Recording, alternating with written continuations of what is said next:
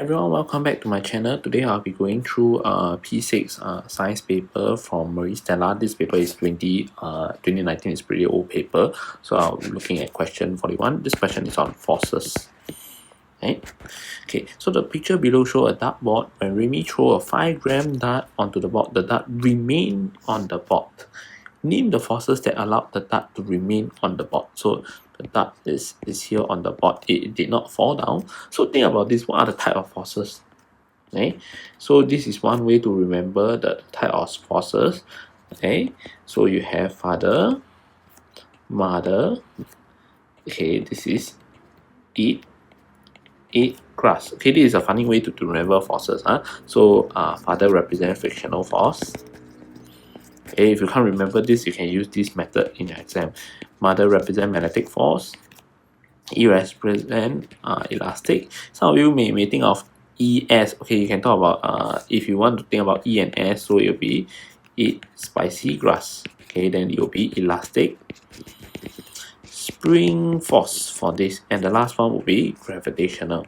Okay, let's take a look at these one by one.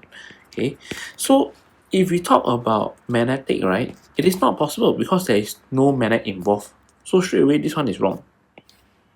Right? And if we talk about elastic spring, straight away also wrong. Okay, because it is there is no spring. Okay, so we are left with frictional or gravitational.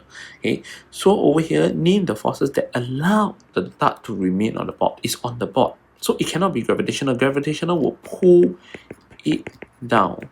So you only left with frictional. The friction is actually holding the dart onto the board that prevent the dart from falling down. So this will be the correct answer, frictional force.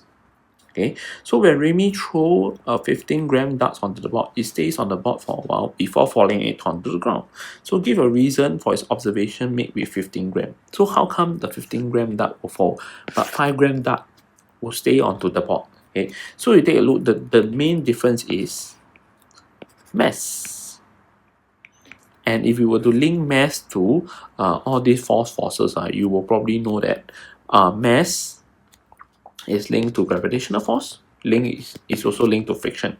So, but now we are trying to explain why the thing will fall down. So we should look into the gravitational part, because gravitational force will pull it down. So let us make the connection between gravitational and mass. Gravitational, okay, gravitational and mass for these two parts. Okay, when mass increases, which is in this case from 5 to 15, there will be more gravitational force. Okay, in this case, it will be another way to put it. It will be weight. There's more weight. There's more gravitational force pulling it down. So in this case, right, it is probably that the gravitational force is more than or greater than frictional force. That's why it get pulled down. Okay, so this is how I would probably have approached the question. The dart has more mass, so there is more gravitational force acting on the dart. Okay, which is greater than the frictional force between the dart and the board itself. Okay, for friction, always have to write between where and where. Okay, it is always given a diagram. The dart and the board itself. It is always mentioned there. So for the third question, how can Remy throw a 15-gram dart, ensure that it stays on the board after hitting? So how can I throw the heavier dart such that it will stay on the board without falling it out? We throw it harder. Throw it with greater force, throw it with greater strength, throw it harder. So these are the few words that you can use. Throw it harder, throw it with greater strength. Okay, these are the few words that will be acceptable. The key idea is to make the dart penetrate more deeply into the dartboard so that it can hold it up there more.